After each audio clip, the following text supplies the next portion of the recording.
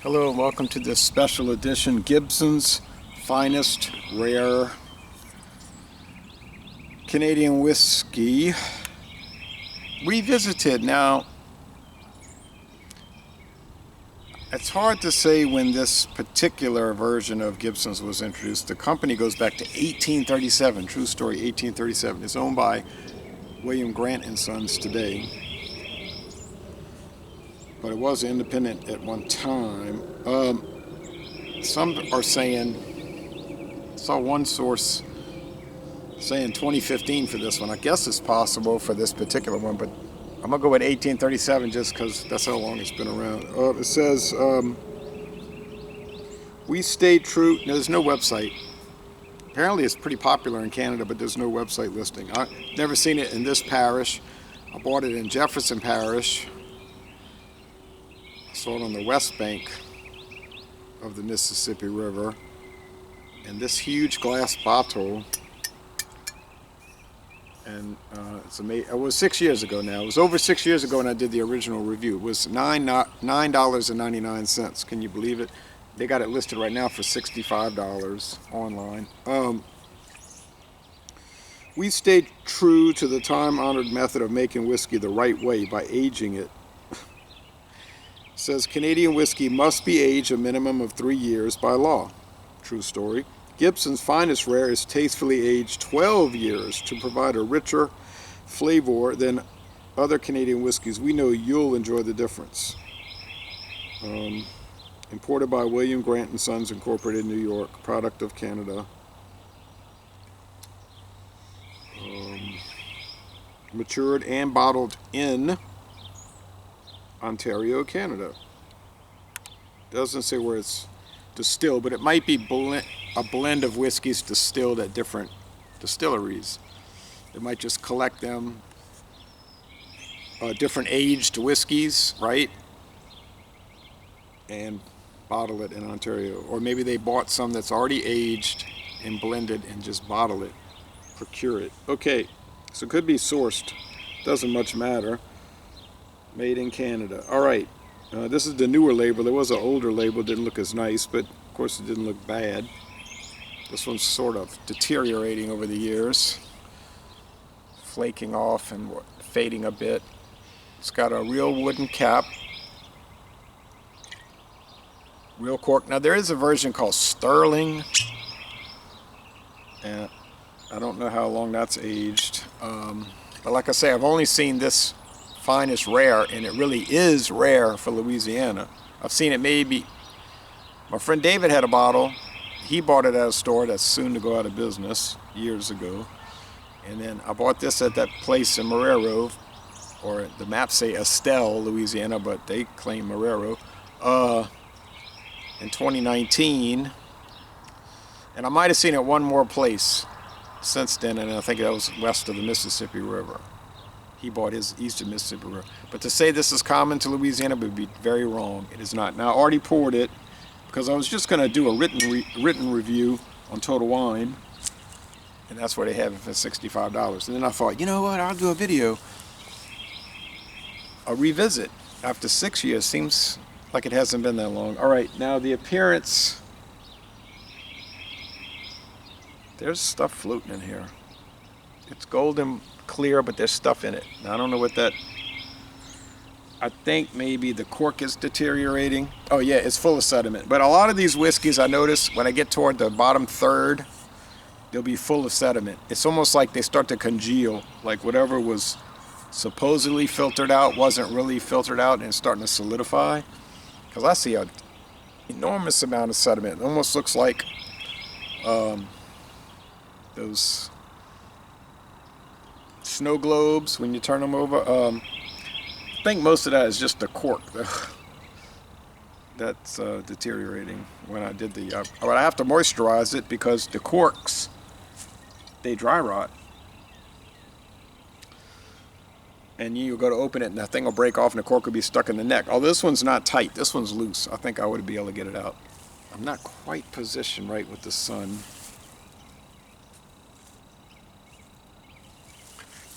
Let's see if I can get this right. Move it like that. Sorry for the disruption. That's dead on light. Okay, I'm gonna try to be fair. I wasn't ever really too thrilled with this one. I thought it was a little toothpicky, a little bitey, even after 12 years. Canadian whiskeys tend to be a lot of corn, good amount of rye, and a little bit of malted barley thrown in to give it breadiness.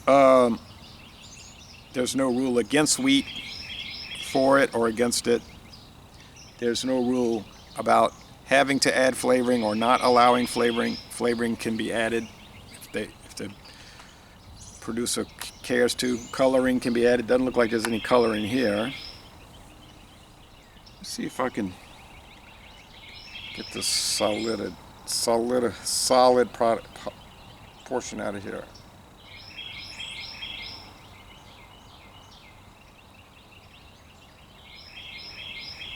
Hands are clean. But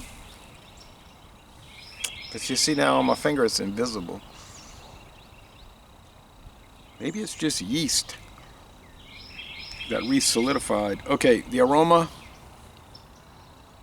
But I've seen this with bourbons. It's a common thing. I guess a lot of people, probably most people don't examine it that closely. And secondly, they don't nurse the bottles down over years with taste challenges till they get to the bottom. You know, they just drink it. They're probably mixing it with Coke and you don't really see all that. Okay. Bug. All right.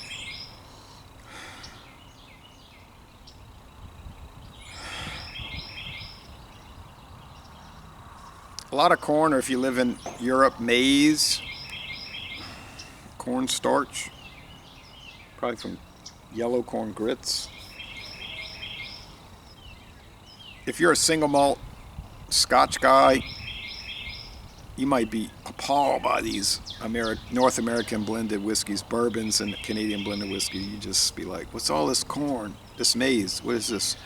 Grain whiskey? Well, it is mostly grain whiskey. Yeah, sweet corn.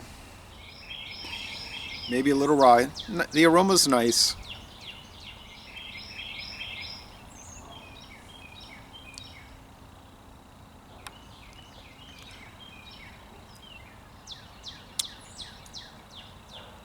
Candy corn, like they give out at Halloween.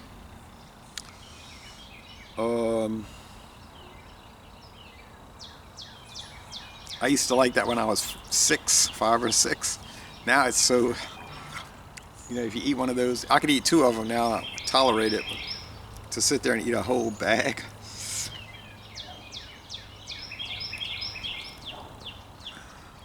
Minty rye, yes. I'll say it's higher. It would be like a high rye bourbon, yes.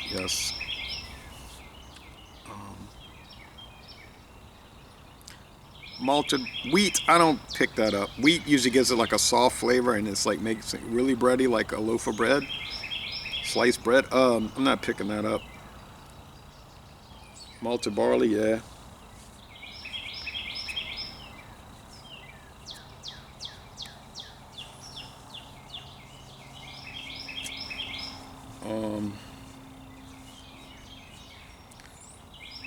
Medium body. Mostly dry, crisp, finish doesn't linger around too long, like moderate. And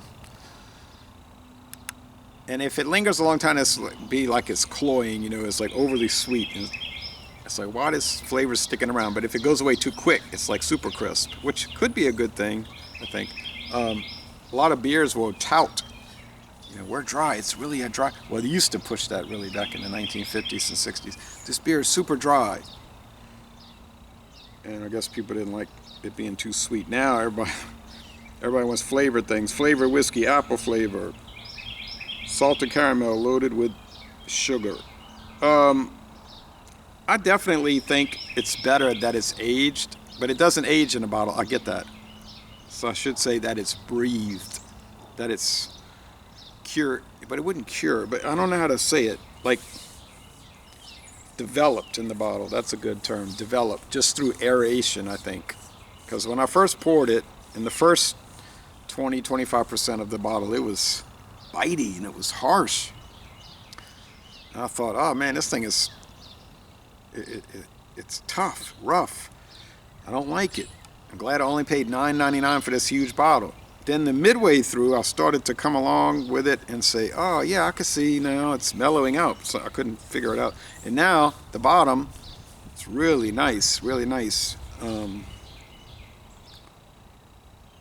I can't explain it.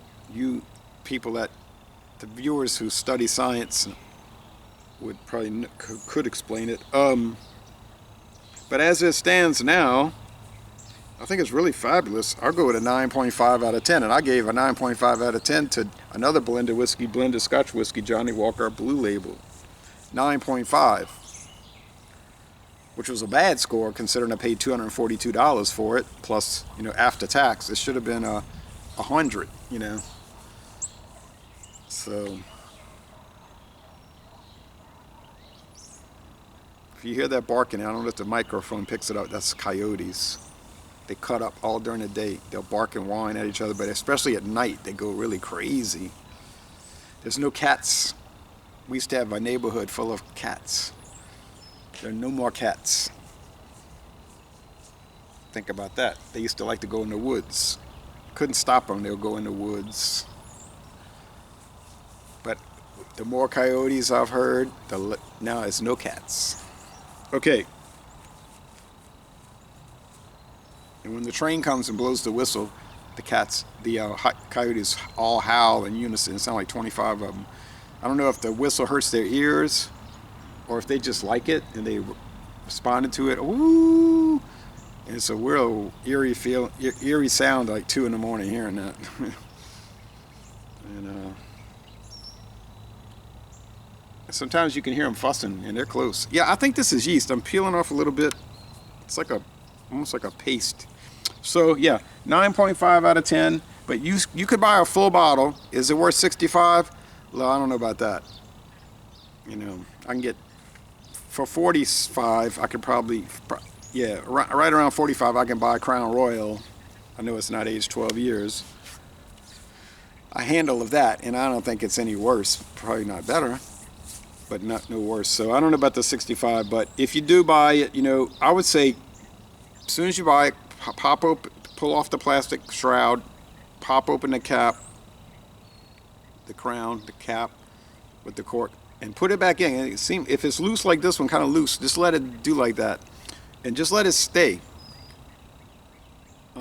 Or you might want to even, like every day, take the cap off, let it set out for an hour or so. And I think it's going to improve. I mean, you could try it initially, and you might notice the bite with it, the harshness, and maybe after about a year, start sipping it again, and I think you're going to notice this improve. This is just a theory. This is not fact by any means. So, laissez-les bon temps relais, an A for a Canadian whiskey, at least bottled in Ontario. Oh, okay. Matured and bottled. That's what I read earlier. That's right. But it doesn't say blended, so they probably blend it somewhere else and then they send it off to Ontario to age. There's probably some rick houses there to age, and then they bottle it. So I don't know. Like I say, I don't know who's actually constructing this, and we're not going to find out more than likely. And I'm going to end this review by saying y'all go to Ontario, Canada, and take a whiskey production facility tour.